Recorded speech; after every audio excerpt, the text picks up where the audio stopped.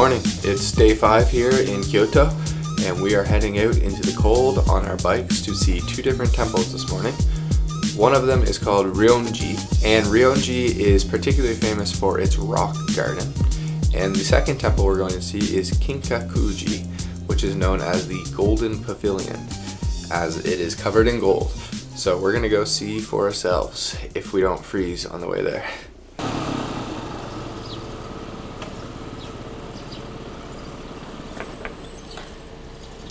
Okay, we've made it to Ryoan-ji or Roan-ji. I'm not exactly sure how to say it, but that was quite a long bike ride. We're finally here. It's only about 9:30 and it's pretty quiet.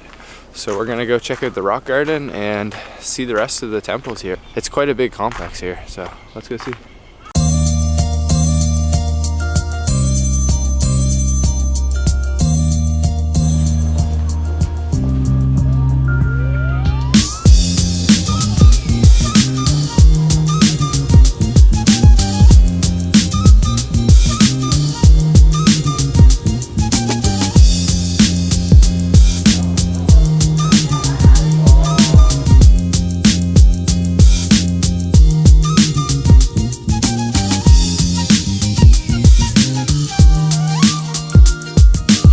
So we just finished at the rock garden.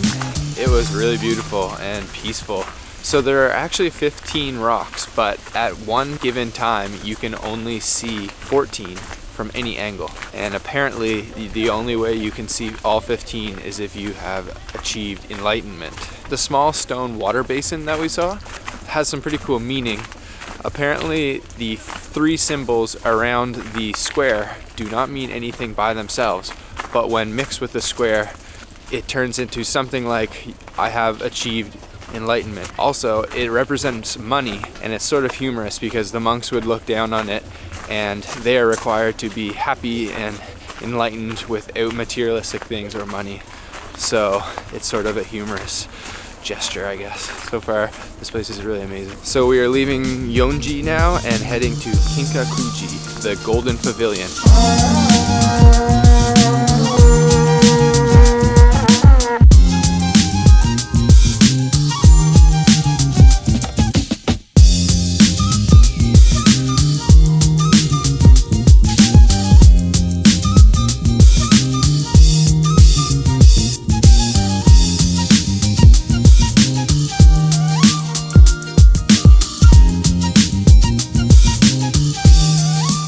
Well, that was definitely the busiest place we've been, but reasonably so because it was absolutely beautiful. Right now we're heading back to the apartment and then we're going to dinner.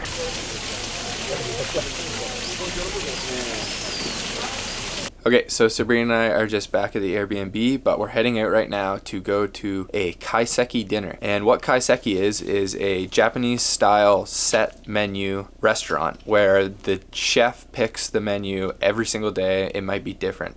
So we have no idea what we're going to be eating, and we don't have a choice of what we're going to be eating. The chef will just be serving us. It's quite fancy and expensive restaurant. Based on the restaurants we've been in here in Kyoto, I don't think I'll be filming inside, but I might try to get a couple little sneaky shots, but I don't want to be disrespectful because this is certainly a very proper place, I guess you could say. There are lots of different Kaiseki restaurants here in Kyoto, but I picked one called Roan Kikunoi, I think. And the reason I picked it is because they have a decently priced lunch menu and it had English services as well. So that's always nice to know what we're eating at least. So we're gonna take the subway and we should be there soon.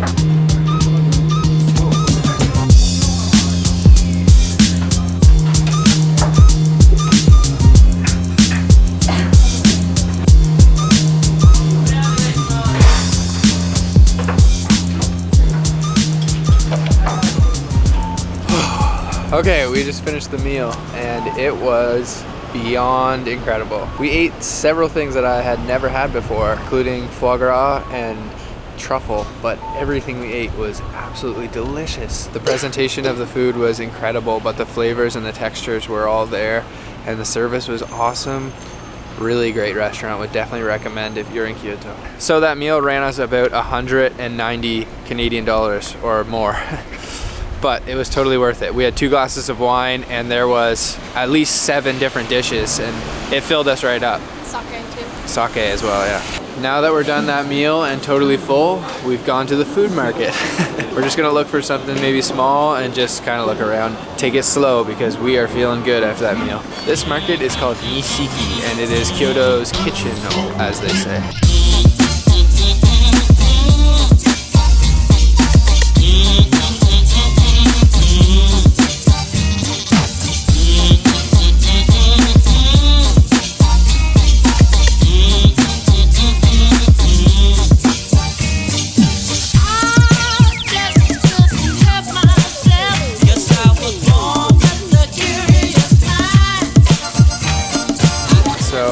Here is called taco tamago, and taco is octopus, tamago is egg, so inside of his head is a quail's egg. It's kind of creepy looking, but also is sort of cute, so I'm gonna try it out.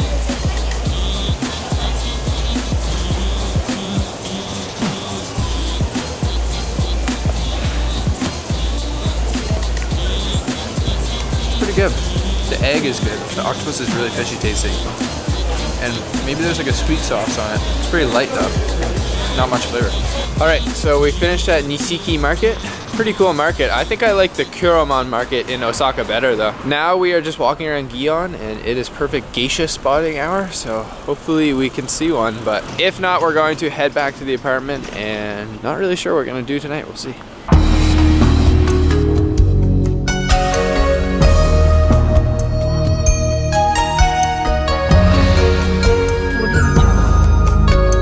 No geishas tonight. That's all right though. Maybe we'll try again tomorrow, but I'm not sure if we're gonna spot any. Anyway, right now we are heading back to the Airbnb, but first we're going to see if we can find a spot that sells mochi, and it's supposed to be very, very popular mochi, so hopefully we can find it.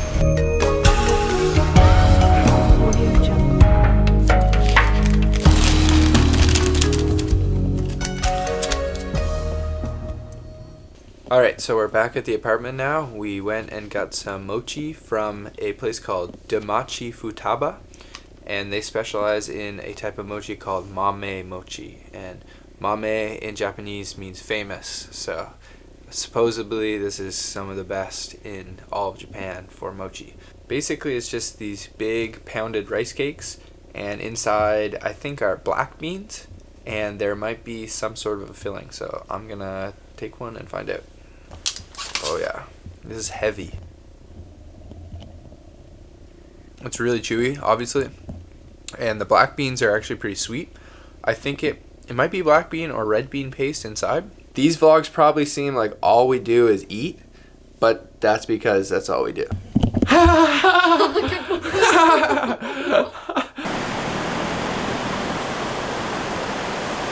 So that's going to be the end of the night tonight. Tomorrow we are going to Fushimi Inari Shrine, and we have a couple other things planned. Should be a really good day. I'm excited. So if you liked the video, please give it a thumbs up and subscribe to the channel for more food and travel videos. See you tomorrow.